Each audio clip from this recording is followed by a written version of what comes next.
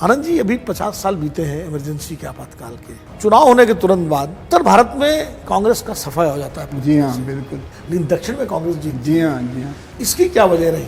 दक्षिण भारत में क्षेत्रीय पार्टियों की दावेदारी थी या कांग्रेस की दावेदारी थी, लेकिन वो इंदिरा जी के पक्ष में किसी हालत में निर्णय नहीं था।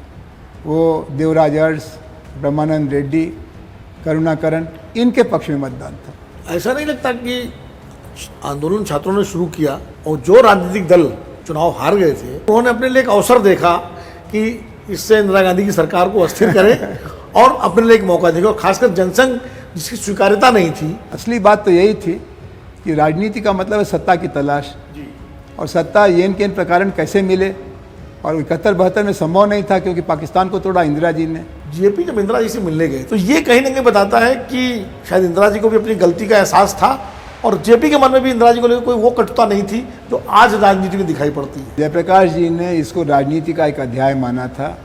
इंदिरा गांधी को उन्होंने प्रधानमंत्री के नाते आलोचना का केंद्र बनाया था, लेकिन वो इंदिरा विरोधी नहीं थे उस मानने में जिस मानने में अन्य दलों के लोग थे। नमस्कार, अमरउजाला.com के मेरे कार्यक्रम खरी बात में आपका स्वागत है। खैर मकदम है, वेलकम है। मैं विनोद अग्निहोत्री इस बार फिर एक नए मेहमान के साथ रूबरू हूँ, हर बार की तरह। और आज हम जो बात करेंगे वो एक विशेष इतिहास के एक विशेष कालखंड की बात होगी, जिसके अभी हाल ही में 50 साल बीते हैं। वो कालखंड है आपातकाल का, इमरजेंसी का। यानी भारतीय लोकतंत्र में एक 1.5 साल का एक ऐसा समय भी आया, लगभग 19 महीने का, जब देश में तमाम नागरिक अधिकार, मानवाधिकार उनको कुचल दिया गया, तमाम विरोधी पक्ष जेल में डाल दिए गए, और वो 19 महीने इस देश में इमरजेंसी के थे। उस इमरजेंसी, उस आपातकाल के गवाह रहे और उसके खिलाफ लड़े, और अभी भी हर तरह के नागरिक अधिकारों के दमन के खिलाफ लगातार अपनी आवाज़ बुलंद करने वाले डॉक्टर आनंद कुमार जी हमारे साथ मौजूद हैं। आनंद जी, आपका बहुत बहुत स्वागत है। बहुत धन्यवाद। समय निकाला आपने इस व्यवस्था के बावजूद। नहीं, मेरा सौभाग्य है।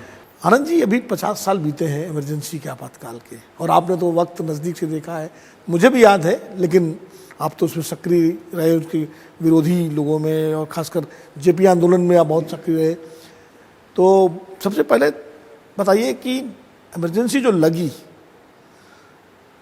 उसको, उसमें जो तमाम नागरिक अधिकारों का दमन हुआ, उसको लेकर के तमाम तरह की बातें होती हैं देश में इस समय। भारतीय जनता पार्टी की सरकार ने उसको संविधान हत्या दिवस के रूप में निरूपित किया है 25 जून को, और तमाम जो राजनीतिक दल है, राजनीतिक ताकतें हैं, वो उसकी आलोचना करती हैं, की भी जानी चाहिए। लेकिन मैं कुछ सवाल ऐसे हैं जिन पर मैं आपसे बात करना चाहता हूँ। मुझे लगता है आपसे बेहतर कोई हो नहीं सकता कि एक तो इमरजेंसी जो लगी उसके औचित्य पर तो कोई बात इसलिए नहीं हो सकती कि वो उसका औचित्य ठीक नहीं था, हम सब मानते हैं। लेकिन उसके बावजूद, इमरजेंसी लगने के बावजूद, 1977 में जब चुनाव होते हैं, सारे विपक्षी नेता जेल में थे। पहले जयप्रकाश जी भी जेल में थे, और चुनाव होने के तुरंत बाद जो नतीजे आते हैं तो उत्तर भारत में कांग्रेस का सफाया हो जाता है। जी हाँ, बिल्कुल। लेकिन दक्षिण में कांग्रेस जीत। जी हाँ, जी हाँ। और इमरजेंसी तो पूरे देश में लगी थी, तो इसकी क्या वजह रही? देखिए, उत्तर दक्षिण में एक बड़ा फर्क ये था कि इमरजेंसी से जो लोगों की नाराज़गी थी उसके 2 बड़े कारण थे। एक बड़ा कारण था नसबंदी, और दूसरा बड़ा कारण था गरीब बस्तियों को उजाड़ना। 4000 गरीब बस्तियों को उजाड़ा गया था पूरे भारत में। उसमें सबसे सघन हस्तक्षेप दिल्ली और आसपास के इलाकों में। तुर्कमान गेट का जो कांड, तुर्कमान गेट में तो गोली ही चल गई थी। और उत्तर प्रदेश और बिहार और हरियाणा के मुख्यमंत्रियों ने होड़ लगाई अपना कोटा बढ़ाने की, और स्कूल टीचर से लेकर सरकारी कर्मचारी की तनख्वाहें इससे जुड़ी थी कि आप नसबंदी कितने केस लाते हैं, और 1 करोड़ लोगों की नसबंदी की गई। दक्षिण भारत में इसकी तुलना में जो 20 सूत्री कार्यक्रम इंदिरा जी ने पेश किया इमरजेंसी को, उसके घाव पर मलहम लगाने के लिए, उसमें से कई कार्यक्रम एक तो गंभीरता से लागू किए गए। दूसरे जो नकारात्मक कार्यक्रम थे, जो संजय गांधी कार्यक्रम थे, उसको कर्नाटक में, आंध्र प्रदेश में, तब दोनों साथ था, आंध्र तेलंगाना, केरल में और तमिलनाडु में लागू नहीं किया गया। इस वजह से जनता के मन में वो गुस्सा नहीं था जो उत्तर भारत में था। और उत्तर और दक्षिण के इस फासले में ये भी एक बड़ा सवाल था कि जो आंदोलन हुआ, गुजरात से शुरू हुआ, बिहार तक गया, जी लेकिन पूर्वी उत्तर प्रदेश और उड़ीसा के अलावा और जगहों पर उसका वो असर नहीं था। दक्षिण भारत में भी नगण्य असर था। दक्षिण भारत में क्षेत्रीय पार्टियों की दावेदारी थी या कांग्रेस की दावेदारी थी, लेकिन कांग्रेस में भी एक दरार थी, जो दरार चुनाव के समय नहीं दिखाई पड़ी। चुनाव के तुरंत बाद आपको याद होगा ब्रह्मानंद रेड्डी की अध्यक्षता में कांग्रेस ने इंदिरा जी को पार्टी से निकाल दिया, इंदिरा जी ने एक नई पार्टी बनाई। तो इन सब कारणों से दक्षिण भारत में एक मध्यम असर दिखाई पड़ा, जिसका चुनाव में भी एक परिणाम ऐसा निकला जिसको कि अनुकूलता कर सकते हैं। लेकिन वो इंदिरा जी के पक्ष में किसी हालत में निर्णय नहीं था। वो देवराज अरस, ब्रह्मानंद रेड्डी, करुणाकरण, इनके पक्ष में मतदान था। दूसरा जो जयप्रकाश आंदोलन था, जो एक तरह से कारण बना जी हाँ, इमरजेंसी लगने का, और इलाहाबाद हाईकोर्ट का फैसला जो था वो तात्कालिक कारण बना। उस आंदोलन में शुरू तो छात्र आंदोलन से, छात्रों से हुआ था, निर्माण आंदोलन जो गुजरात में शुरू हुआ था मेस बिल को लेकर के, और वो बिहार तक आया। तो शुरुआत में छात्रों का आंदोलन था, बाद में राजनीतिक दल उसमें आ गए, जयप्रकाश जी भी का नेतृत्व रहा, उनका आशीर्वाद मिला। जो अलग अलग राजनीतिक दल आए उसमें सोशलिस्ट थे, लोकदल के लोग थे, जनसंघ था, उसमें जनसंघ के लोग थे, और लेफ्ट में सीपीएम के लोग भी संगठन कांग्रेस, सीपीएम आ गए थे। तो इन दलों की क्या भूमिका थी उस आंदोलन को लेकर? देखिए, ये जो छात्र आंदोलन कहलाता है, जी, उसकी बुनियाद, उसकी आधारशिला छात्र संगठन होते हैं, और अधिकांश छात्र संगठन किसी न किसी राजनीतिक दल से जुड़े। जैसे विद्यार्थियों के बीच में समाजवादी युवजन सभा बड़ी लोकप्रिय एक जमात थी, लेकिन उसका संसोपा से, और जब बाद में विघटन हुआ तो लोकदल से और सोपा से संबंध था। विद्यार्थी परिषद एक दूसरा बड़ा संगठन था, जनसंघ के साथ, वो जनसंघ के साथ खुलेआम रिश्ता था, लेकिन वो कहते थे कि हमारा उनका एक भाईचारा का संबंध है, हम उनकी निगरानी में नहीं हैं। तो संगठन कांग्रेस था, लेकिन संगठन कांग्रेस के इक्का दुक्का लड़के थे, कोई खास उनका विद्यार्थियों में असर नहीं था। और उसके बाद फिर लोकदल नया नया बना था, युवा लोकदल बन तो गया था, लेकिन उसमें भी समाजवादी रुझान के लोगों को जिम्मेदारी दी गई थी। कम्युनिस्ट आंदोलन के लोग थे तो उनका SFI, student federation of India, और AISF, all India student federation. तो जो छात्र आंदोलन चलता भी था, उसकी भी जयप्रकाश जी के आने के पहले निगरानी और लगाम दलों के हेडक्वार्टर में, दलों के बड़े नेताओं के हाथ में रहता था। तो मीडिया तो उसको छात्र आंदोलन कहता था, लेकिन जनता जानती थी कि कौन सा छात्र नेता किस दल से संबंधित है। जयप्रकाश जी के आने के बाद उसका फर्क हुआ। जयप्रकाश जी ने दो शर्तें रखी। कहा, एक तो ये कि आप हिंसा के रास्ते पर कतई नहीं जाएंगे, अहिंसक होंगे।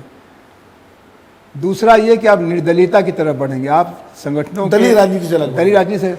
ये दोनों कड़वी दवाई थी। कड़वी दवाई पहली वाली विद्यार्थियों की आदत ये थी, हम लोग तो विद्यार्थी आंदोलन में थे, कि अगर हमने खाली जुलूस निकाला, नारा लगाया, पोस्टर चिपकाया तो कहीं कुछ नहीं छपेगा। और बस का एक शीशा भी तोड़ दिया हमने, पुलिस का एक आध की पगड़ी उछाल दिया, खुद पिट गए तो खबर बनती थी।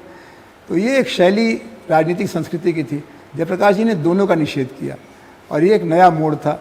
इस नएपन के कारण सब सहमे हुए भी थे कि पता नहीं कब ये हमारे मार्गदर्शक, संरक्षक कब हट जाएंगे, कब नाराज हो जाएंगे। तो जयप्रकाश जी किस बात पर नाराज होंगे, इसका बड़ा लिहाज SYS, ABVP औरों ने किया। तो जयप्रकाश जी का आना एक तरह से राजनीति की पकड़ से विद्यार्थी आंदोलन को छुड़ाना हो गया। ऐसा नहीं लगता कि आंदोलन छात्रों ने शुरू किया, और जो राजनीतिक दल 1971 में चुनाव हार गए थे, इंदिरा गांधी 71 में, 72 में, जी 72 में, लोकसभा, विधानसभा, हाँ उन्होंने अपने लिए एक अवसर देखा कि इससे इंदिरा गांधी की सरकार को अस्थिर करें और अपने लिए एक मौका देखें। और खासकर जनसंघ, जिसकी स्वीकार्यता नहीं थी, समिति सरकार ने गिरने के बाद फिर वो हो गया था। तो कहीं ना कहीं उन राजनेताओं, राजनीतिक दलों ने की ईमानदारी आंदोलन से ज़्यादा अपने राजनीतिक स्वार्थ के लिए थी। ये बात सबसे ज़्यादा जयप्रकाश जी ने हर मीटिंग में दोहराया था जी, कि यहाँ पर जो लोग खड़े हैं इस भीड़ में या जो समर्थन में आए हैं, दो तरह के लोग हैं। एक के लिए संपूर्ण क्रांति का मतलब बुनियादी बदलाव है, लेकिन दूसरे के लिए संपूर्ण क्रांति का मतलब उनका सत्ताधीश हो जाना है, और हमारी पार्टी का मुख्यमंत्री बन जाएगा, प्रधानमंत्री बन जाएगा, संपूर्ण क्रांति हो जाएगी। और इस व्यंग को विरोधी दलों के नेताओं से ज़्यादा जनता ज़्यादा इसका आनंद लेती थी, खूब ताली बजती थी, और तो उनको भी आत्मसंशोधन का मौका दिया जयप्रकाश जी ने। लेकिन असली बात तो यही थी कि राजनीति का मतलब है सत्ता की तलाश, और सत्ता येन केन प्रकार कैसे मिले, और 71-72 में संभव नहीं था, क्योंकि पाकिस्तान को तोड़ा इंदिरा जी ने। विरोधी दलों के मुकाबले में इंदिरा जी ने गरीबी हटाओ, बैंक राष्ट्रीयकरण और जाने कितने कार्यक्रम ऐसे के लोक लुभाऊ कार्यक्रम किए, परमाणु विस्फोट, जी जी जी। तो जो राष्ट्रवाद था बीजेपी का, वो भी उनके झोली में आ गया, वामपंथी जो मांगे थी समाजवादियों की, कम्युनिस्टों को, उसको भी उन्होंने समेट लिया। तो विरोधी दल किस ज़मीन पर खड़े रहेंगे? और इसलिए असंतोष ही एक आधार था। और जयप्रकाश की शर्तों पर विरोधी दल अनुशासित रहे। लेकिन जनसंघ की जहाँ तक बात थी, जनसंघ हमेशा 10 से 12%, 15% वोट की पार्टी रही। बिहार की विधानसभा में भी कांग्रेस के बाद सबसे बड़ा दल जनसंघ था। और जनसंघ में 2 तरह के लोग थे, एक करियर वाले थे, एक संगठन वाले थे। जब जयप्रकाश जी और आंदोलन ने आग्रह किया कि जो लोग आंदोलन के समर्थन में हैं वो विधानसभा की सदस्यता से इस्तीफा दें, तो बीजेपी के 28 या 24 सदस्यों पर अनुशासन कार्रवाई करें, उन्होंने इस्तीफा देने से इनकार कर दिया, उनको पार्टी से निकाला गया। 28 में 24, 38 में 28 है, ऐसा 2/3 ने इस्तीफा देने से इनकार कर दिया। वो तो लालमुनि चौबे जैसे कुछ लोग थे बहादुर, जो आंदोलन के मिजाज के थे, उन्होंने अगुवाई की और ये बात ढकी रह गई। तो जनसंघ जयप्रकाश जी के आंदोलन से पुनर्जीवित नहीं हुई, वो थी जो संगठन कांग्रेस का एक ग्रैंड अलायंस बना था 71 के चुनाव में। उसमें स्वतंत्र पार्टी और संगठन कांग्रेस और सोशलिस्ट पार्टी के साथ एक बड़ी पार्टी का नाम जनसंघ था। तो जनसंघ एक दावेदार तो थी। जनसंघ ने 1967 के लोहिया के मोर्चे से बाहर रह के चुनाव लड़ा था। चुनाव में सीटों को बंटवारा नहीं किया था, वो तो बाद में सीटों को बंटवारा खाली सीपीआई, सीपीएम और संसोपा का था। जब चौधरी चरण सिंह ने यूपी में इस्तीफा दिया और कांग्रेस बिखरी, तब जनसंघ सत्ता में हिस्सेदारी के लिए आई। तो जनसंघ के बारे में ये ध्यान रखना पड़ेगा कि एक उसकी एक सतत उपस्थिति थी, कहीं नंबर 1 कहीं नंबर 2, विधानसभा में भी और छात्र राजनीति में भी। उसका एक कोर वोट था, कोर वोट था। इमरजेंसी लग गई, जी हाँ। तमाम सब लोग जेल में चले गए, जयप्रकाश जी भी गिरफ्तार हो गए। लेकिन 2 बातों को लेके एक सवाल उठता है, जी, खासकर जेपी के बयानों को। हाँ। एक तो उन्होंने कहा कि अगर संघ फासिस्ट है तो मैं भी फासिस्ट। जी। ये उन्होंने किस संदर्भ में, किस परिस्थिति में, इसका बड़ा इस्तेमाल होता है। जी बिल्कुल। और दूसरा जो उन्होंने रामलीला मैदान में कहा कि सेना और सुरक्षा बल जो है सरकार के आदेश को न माने, हुक्मदुली करे। हाँ, हुक्मदुली। तो जब ये दोनों, तो इस पर आपको क्या कहना है? देखिए, जयप्रकाश जी पूरे आंदोलन के दौरान निर्दलीयता का दावा करते रहे, आग्रह करते रहे। पहले उन्होंने यूथ फॉर डेमोक्रेसी बनाने का आह्वान किया, सिटीजन फॉर डेमोक्रेसी, अप्रैल 74 में। जब अनुकूलता नहीं दिखाई पड़ी तो उन्होंने छातीवाद संघर्ष वाहिनी बनाया। अगर वो आरएसएस और बीजेपी या जनसंघ के मुरीद होते तो विद्यार्थी परिषद और आरएसएस के पक्ष में खड़े होते। पूरे सार्वजनिक जीवन में उन्होंने केवल एक बार जनसंघ की रैली को एड्रेस किया, वो 5 मार्च को। क्यों? क्योंकि 6 मार्च को उन्होंने सर्वदलीय प्रदर्शन का ऐलान किया था, जो संसद को 5 लाख लोगों ने जाके ज्ञापन दिया था संसद को।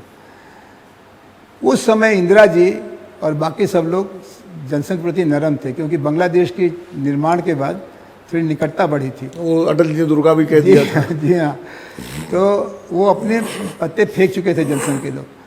और उस समय ये कम्युनिस्ट पार्टी से जुड़े लोग अपने विश्लेषण में जयप्रकाश के तरीके को फाशिस्ट तरीके कहते थे। फाशिस्ट तरीका क्या हुआ कि जनता की चुनी हुई विधानसभा, उसको आप भीड़ के बल पर विघटित करा दीजिए। गुजरात में हुआ, जनता का चुना हुआ आदमी विधायक, उसको भीड़ के बल पर आप उसका इस्तीफा दिलवा दे रहे हैं। तो ये सब लोकतंत्र विरोधी हरकतें जो जर्मनी में नाज़ी लोगों ने किया था। इस हल्की मिलने जुलने की तस्वीर को लेके सीपीआई ने ये लाइन शुरू में लिया, और इसीलिए फिर जो जनसंघ जो जयप्रकाश जी के साथ आए सबको फाशिस्ट कहा गया। उसी क्रम में जयप्रकाश जी ने भाषण में कहा कि मुझे ये मालूम हुआ कि आजकल आप लोगों को भी सरकार की तरफ से फाशिस्ट कहा जाता है, और उसका एक कारण यही है कि आप हमारे समर्थक हैं। तो जयप्रकाश के कारण अगर आपको फाशिस्ट कहा जा रहा है, तो अगर आपको फाशिस्ट कहा जाता है तो मैं भी फाशिस्ट हूँ। इस तरह से इसका संदर्भ ये था। जी हाँ, उस तरह जैसे कबीरदास की उलट बांसियों की तरह से, पानी बीच मीन प्यासी रे, मैं सुन सुनावत हंसी रे। दूसरा संदर्भ था सेना का। जयप्रकाश जी ने, और ये बात राष्ट्रीय आंदोलन के दौरान चली आ रही थी, कि जो सरकारी आचरण संहिता है उसके विपरीत अगर कोई आदेश आपको दिया जाता तो आप उसका पालन न करें। ये गांधी जी ने कहा था सन 42 में, और ये जयप्रकाश जी ने कहा 1974 में। और वो पहली बार नहीं कहा था, इसके पहले उड़ीसा में बोले थे, पटना में बोले थे।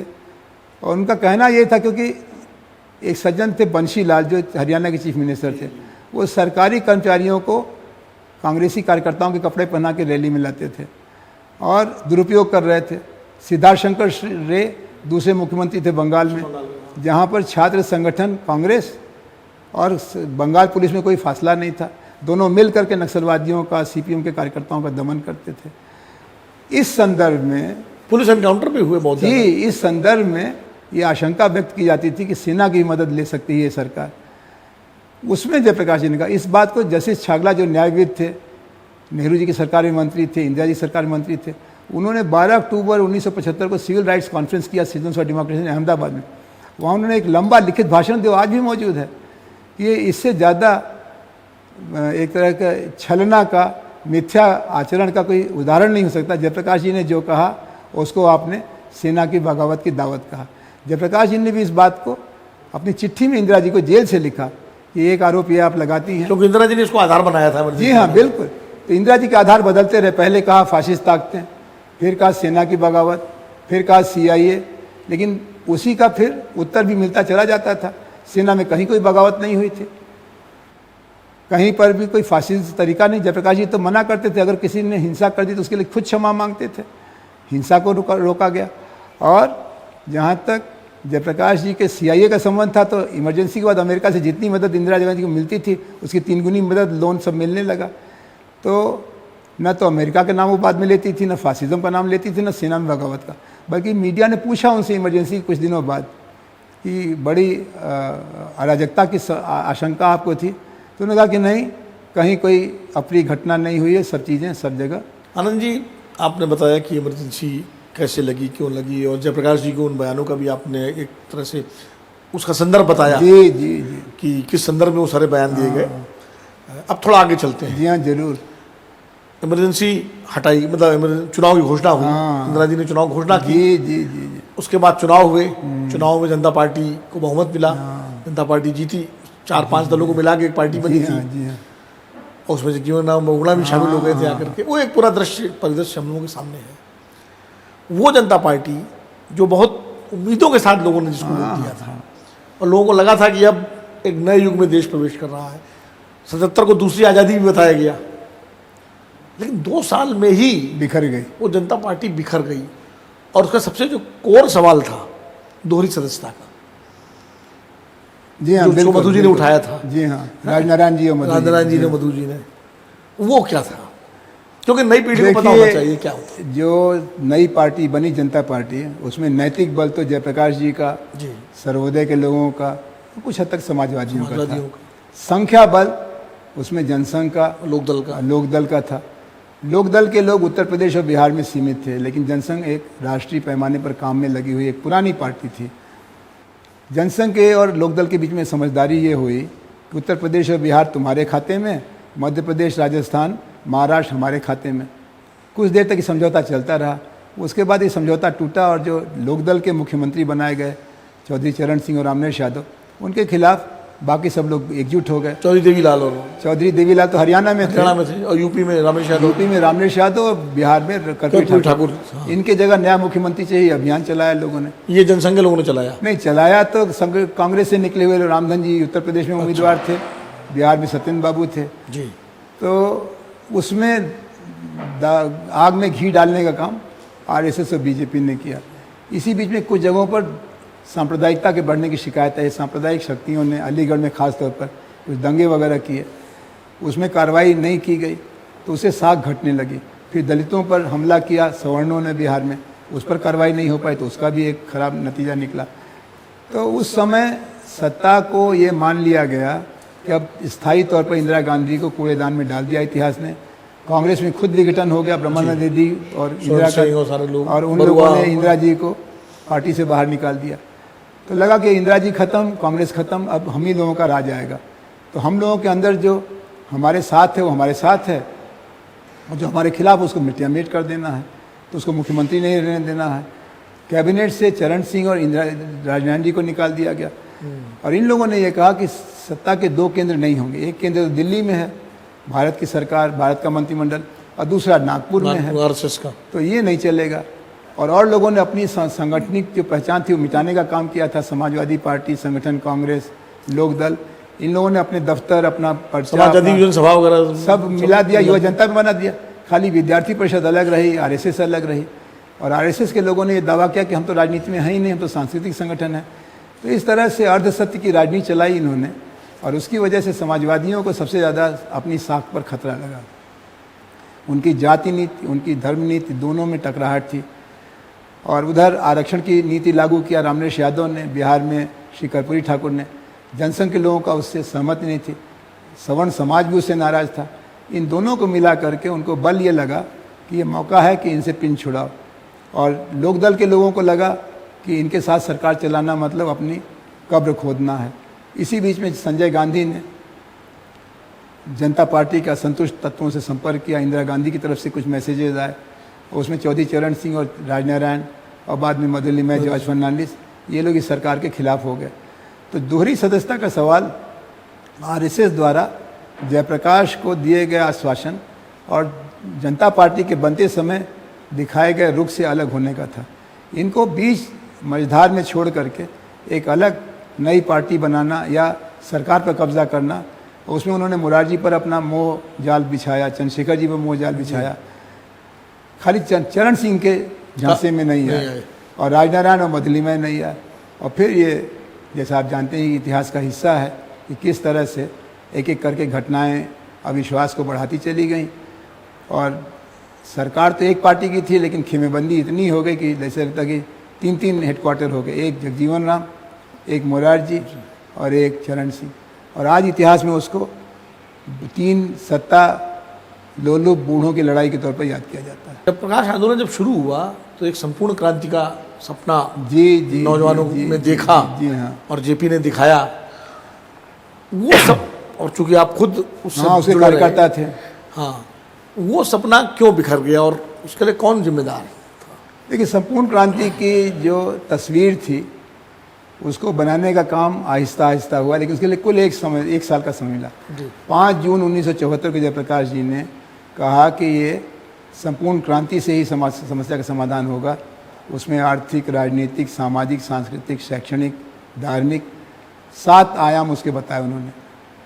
25 जून को इमरजेंसी लग गई, तो 5 जून 74 और 25 जून 75 कुल एक साल 1 महीने का समय मिला। इस 1 साल के 1 महीने में 2 बड़ी घटनाएं हुई। एक घटना तो ये हुई कि जयप्रकाश के आह्वान पर छात्र युवा संघर्ष वाहिनी का निर्माण हुआ और वो सभी नौजवान जो किसी दल में नहीं थे, आंदोलन से जुड़े थे, उसमें वो वाहिनी में आए। और उसमें सर्वोदय के लोग भी उससे अलग रहे। उनका एक तरुण शांति सेना चलता था। एक नया प्रयोग जयप्रकाश जी ने किया। दूसरा बड़ा काम ये हुआ कि जो विभिन्न दल दूरियां मेंटेन करते थे उनमें थोड़ी निकटता आई, साथ साथ आंदोलन करना। जयप्रकाश जी पर जब लाठी चली तो नानाजी देशमुख ने अपनी बाहें आगे की, कई समाजवादी पिटे, कई संगठन कांग्रेस के। तो ये सब जो निकटता हुई विरोधी दलों की और नौजवानों का एक नया मंच बना, ये दो बड़े परिवर्तन हुए। और जयप्रकाश जी को लगा कि संपूर्ण क्रांति के लिए प्रतिबद्ध एक जमात होगी। कोई भी आंदोलन हो उसकी प्रतिबद्धता के लिए 3 चीज़ें चाहिए। एक तो सामाजिक आधार नौजवानों का और किसानों का वो बन रहा था। दूसरा वैचारिक आधार, उसको बनाने में बड़ी कठिनाई थी। सर्वोदय में भी इसको लेकर शंकाएं थी। आचार्य विनोबा और उनके अनुयायी अलग हो गए थे, बल्कि उनमें से एक हिस्सा तो इंदिरा जी का और कांग्रेस का समर्थक हो गया था। कई बार ऐसा हुआ कि सत्ता विचार पर हावी हो गई। 47 में गांधी अकेले पड़ गए और पटेल, नेहरू और मौलाना आज़ाद और सब सत्ता में चले गए। 77 में यही हुआ, जेपी अकेले पड़ गए और बाकी सब सत्ता में आ गए। और आपको तो ज़्यादा मुझसे बेहतर जानते हैं कि जेपी तो बाद में काफ़ी उनको एक तरह से ये भी था कि जो सारी घटनाएं घट रही थी उसको लेकर वो दुखी थे। उम्मीद के विपरीत सब हो रहा था। उम्मीद के विपरीत सब हो रहा था और वो दुखी भी थे। एक प्रसंग बहुत दिलचस्प है जो मुझे लगता है, उसकी चर्चा मैं पहले अपने किसी पॉडकास्ट में कर चुका हूँ कुमार प्रशांत जी से, कि जेपी जब इंदिरा जी से मिलने गए थे, जब विजय रैली जनता पार्टी की चुनाव के तुरंत बाद, और उसके बाद इंदिरा जी और जेपी की जो भेंट हुई थी, जिसमें इंदिरा जी के आंसुओं से जेपी का कुर्ता तर हो गया था, बताते हैं। तो ये कहीं ना कहीं बताता है कि शायद इंदिरा जी को भी अपनी गलती का एहसास था और जेपी के मन में भी इंदिरा जी को लेकर कोई वो कटुता नहीं थी जो आज राजनीति में दिखाई पड़ती है। ये आपने बिल्कुल ठीक कहा। जयप्रकाश जी ने इसको राजनीति का एक अध्याय माना था। इंदिरा गांधी को उन्होंने प्रधानमंत्री के नाते आलोचना का केंद्र बनाया था, लेकिन वो इंदिरा विरोधी नहीं थे उस मानने में जिस मानने में अन्य दलों के लोग थे। और येन केन प्रकार इंदिरा और कांग्रेस को सत्ता से हटाना ये भी उनका लक्ष्य नहीं था, बल्कि उन्होंने आखिरी दिनों तक भी कांग्रेस के एक हिस्से को अपने अनुयायी के तौर पर स्वीकार किया, जिसमें चंद्रशेखर रामधन, मोहन दारिया, कृष्णकांत, लक्ष्मीकांत तम्मा वगैरह थे। तो जयप्रकाश जी और अन्य नेताओं में फ़र्क था। इसीलिए जेल से भी जो उन्होंने चिट्ठियाँ लिखी उसमें उन्होंने बार बार याद दिलाया अपनी चिट्ठी का। शुरू तो मैडम प्राइम मिनिस्टर करके लिखते थे, आखिर तक आते आते पैराग्राफ में पिघल जाते थे, कहते थे हिंदू कि दुनिया को ये यकीन नहीं होगा कि जवाहरलाल नेहरू की बेटी ऐसा कर रही है। तो उनकी विरासत का भी उनको याद कराते रहते थे। और इंदिरा गांधी को भी ये तो याद था ही, और सब तो होगा कि संजय गांधी की अगर माँ है तो जवाहरलाल नेहरू की बेटी भी हैं। अगर भारत में उनको एक दुर्गा की तरह से देखा जाता है तो विश्व में उनको दुनिया की सबसे बड़ी साम्राज्यवादी ताकत अमेरिका का मुकाबला करने वाली तीसरी देश की नायिका के रूप में देखा जाता है। जैसे निक्सन को, किसिंजर को, जाने किसको किसको एक तरह से कोई तवज्जो नहीं दी। तो इंदिरा गांधी को अपनी अंतर्राष्ट्रीय छवि और अपनी विरासत दोनों का ख्याल था। और उसी नाते वो जयप्रकाश जी उनके पास गए, क्योंकि जयप्रकाश जी को ये खबर ली गई कि ये वो लोग बड़े आतंकित हैं। उनको डर ये लग रहा और हल्ला भी मचा हुआ था कि अब संजय गांधी को निकाल करके घरों से उसकी चौराहे पर नसबंदी करेंगे। कुछ लोग उसको फांसी देने की बात कर रहे थे। इंदिरा गांधी के घर पर हम लोग हमला करेंगे, ये भी बातें भी हो रही थी। जैसा होता है हारने के बाद बहुत सारे भय आ जाते हैं। तो जयप्रकाश जी को जब ये मालूम हुआ, मुरारजी ने भी इसमें मर्यादा रखी कि नहीं, उनको उनके मकान से हटाने की कोई बात नहीं हो रही है। तो इन्हीं सब आशंकाओं को निर्मूल करने के लिए जयप्रकाश जी गए। और सब जानते हैं, उनके विरोधी भी आज कहते हैं कि जयप्रकाश जी से ज़्यादा सज्जन कोई राजनीतिक भारत में गांधी जी के बाद कोई नहीं हुआ। यानी संजय गांधी की मां ने इमरजेंसी लगाई और जवाहरलाल की बेटी ने चुनाव की घोषणा की। जी हाँ, बिल्कुल ठीक, ये कह सकते हैं। अब इस चर्चा को विराम देने से पहले मैं थोड़ा वर्तमान संदर्भ में बात करूंगा। आज जो लोग इमरजेंसी में लड़े, जी हाँ, जो लोग जो विचार की मैं बात कर रहा हूँ कि बहुत सारे लोग तो इस दुनिया में नहीं है, और खास करके दोहरी सदस्यता के सवाल पर कई लोग ऐसे थे जो बहुत मुखर थे। बाद में उन्हीं लोगों ने, जी हाँ, जो उनका आचरण, राजनीतिक आचरण रहा, वो बड़ा निराशाजनक रहा। और आज जो समाजवादी आंदोलन जो था, जो एक समय देश की का सबसे बड़ा वैचारिक प्रतिष्ठान था कांग्रेस के बाद, वो आज जिस हालत में पहुंच गया है, उसको आप क्या कहेंगे? देखिए, सत्ता और विचार के बीच में हमेशा एक सांप छछूंदर का रिश्ता रहा है, या सांप और न्योले का रिश्ता रहा है। ये बात दुर्योधन के दरबार में भी हुई, जब धृतराष्ट्र एक तरफ जाना चाहते थे और विदुर दूसरी तरफ जाना चाहते थे, और भीष्म पितामह किंग कर्तव्य विमूढ़ थे। ये बात रावण के दरबार में भी हुई, जब मंदोदरी और विभूषण ने कुछ राय दिया और घटोत्कच और बाकी लोगों ने कुछ और राय दिया। जब सत्ता आई तो ये मानने में कोई एतराज़ नहीं करना चाहिए कि कोई तैयार नहीं था कि हम सत्ताधीश हो जाएंगे। तो एक तरह का नशा सा छा गया, लगा कि अहम ब्रह्मास्मि, जनता ने हमको चुना। जबकि जयप्रकाश जी बराबर करते हैं कि जनता ने तानाशाही को इनकार किया है, जनतंत्र का वर्ण किया है। उसमें आप एक माध्यम हैं, आप एक बहाना हैं, लेकिन आपके लिए जनता ने वोट नहीं किया है। दूसरा, संसदवाद और समाजवाद में टकराहट हो गई। आप समाजवादी के रूप में चुनाव जीतें, ये एक कठिन बात है, क्योंकि आप जाति तोड़ों की बात करते हैं, आप अंग्रेजी हटाओ की बात करते हैं, आप दाम बांधों की बात करते हैं, आप पश्चिमी सभ्यता के मुकाबले में देश सभ्यता की बात करते हैं। ये सब बातें समाज के जो प्रभु वर्ग हैं उनको पसंद नहीं आती हैं। और वोट उन्हीं के हाथ में रहता है, प्रभु जातियों के हाथ में रहता है। और अगर चुनाव नहीं जीते तो आपको कोई पूछता नहीं, अरे चुनाव अपने सीट बताए नहीं, आए बड़ा भाषण दे रहे हैं, या चुनाव तो कभी लड़े नहीं और हमको बता रहे हैं चुनाव कैसे लड़ना चाहिए। इस तरह के व्यंग भी लोग करते थे। लेकिन जैसे होता है कि संसदवाद का रास्ता एक तरफ जाता है, समाजवाद का रास्ता दूसरी तरफ जाता है। आनंद जी, आखिरी सवाल ये है कि जो गैर कांग्रेसवाद की राजनीति थी डॉक्टर राम मनोहर लोहिया जी की, जिसका एक समय में जॉर्ज फर्नांडीज ने कलकत्ता उसी समय किया, विरोध किया था, बाद में जॉर्ज, नीतीश, ये समाजवादियों का एक समूह इतना गैर कांग्रेसवाद से भर गया कि उनको जनसंघ, जो पूर्व जनसंघ बीजेपी के साथ, और तब जब 6 दिसंबर 1992 घटना हो गई, उसके बाद भी जाने में संकोच नहीं हुआ। तो ये वैचारिक विचलन था या क्या था? नहीं, ये वैचारिक विचलन एक अपने राजनीति की परिभाषा में परिवर्तन हो गया। राजनीति मतलब क्या? सत्ता की तलाश या समाज को परिवर्तन की तरफ उन्मुख करना। अगर समाज को परिवर्तन की तरफ उन्मुख करना राजनीति का अर्थ है तो नरेंद्र देव, जयप्रकाश लोहिया, नंबूदरीपाद, ज्योति बसु ठीक रास्ते पर थे। अगर सत्ता की तलाश थी तो ये सब गलत रास्ते पर थे। तो आपने अपने पुरखों की बनाई सड़क छोड़ दिया और सत्ता को ही आखिरी लक्ष्य बना दिया। देखिए, सत्ता का अपना एक चरित्र ये होता है कि काम चलाना है तो भ्रष्ट से भ्रष्ट मंत्री या दरोगा या अधिकारी के पास हमको जाने का काम तो उसी से कराना है, भले हमारे मन में उसके लिए गहरी वितृष्णा हो। और ये जो लोग होते हैं वो समझते हैं कि ये जनता हमारे लिए आ रही है, जब तक सूरज चांद रहेगा नेताजी का नाम रहेगा। इतना भ्रम पैदा करने वाला ये नारा है कि नेताजी की उधर शव यात्रा निकली तब तक दूसरा नेता मैदान में आ गया, उसका नारा हम लगा, सूरज चांद वही बने हुए, सूरज चांद वही बने हुए। तो ये जिसको समझ नहीं थी राजनीति के इस तरह की नज़ाकत की, वो इसमें फंस गए और सत्ता के जिसे कहते हैं माया जाल में फंस के उन्होंने अपना विनाश कर लिया। जो सिद्धांत पर टिके रहे, अनुयायी उनके कम थे, सीट एक नहीं जीते, लेकिन आज भी उनकी याद लोगों को कहे, उनसे प्रेरणा मिलती। जैसे जयप्रकाश नारायण ज़िंदगी में कोई चुनाव नहीं लड़े, आज भी हमसे आप संपूर्ण क्रांति के बारे में पूछ रहे हैं, किशन पटनायक जी, और ऐसे सैकड़ों लोग। मधुली को देख लीजिए, मधुली में 83-84 के बाद शारीरिक कारणों से उन्होंने संसदीय राजनीति छोड़ी, लेकिन वैचारिक मार्गदर्शन करते रहे और लोग उनके यहाँ जाते रहे। तो आज भी ये सच है कि विचार का रास्ता लंबा है देखने में, लेकिन विचार का रास्ता टिकाऊ है। उसमें कुछ दूर भी अगर आप जाएंगे तो लोग कहेंगे मंजिल की तरफ समाज को ले गए।